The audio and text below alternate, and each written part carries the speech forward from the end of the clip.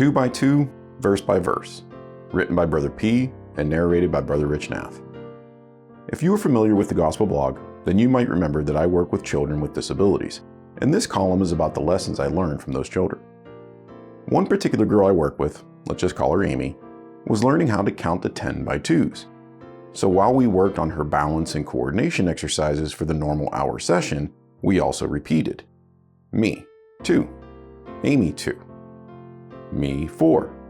Amy, 4. Me, 6. Amy, 6. Me, 8. Amy, 8. Me, 10. Amy, 10.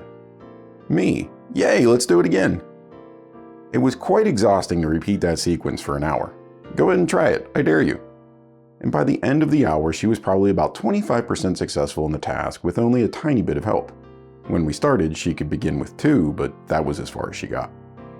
Some might think that it was a bit too much work for such a small improvement in such a small task.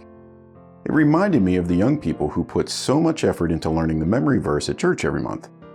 It's a daunting task, and it requires a tremendous amount of work. In fact, over the last summer and fall, we had a couple of boys from my branch memorize the entire 53rd chapter of Isaiah, all 12 verses. I believe that the boys were about 8 and 10 years old.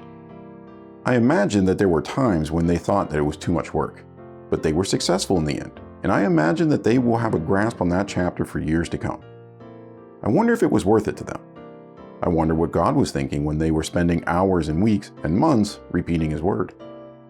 I imagine He was probably as pleased as I was when Amy made her small improvements. I wonder if He was whispering to them, yay, let's do it again. Can you pick a favorite verse that you'd like to memorize?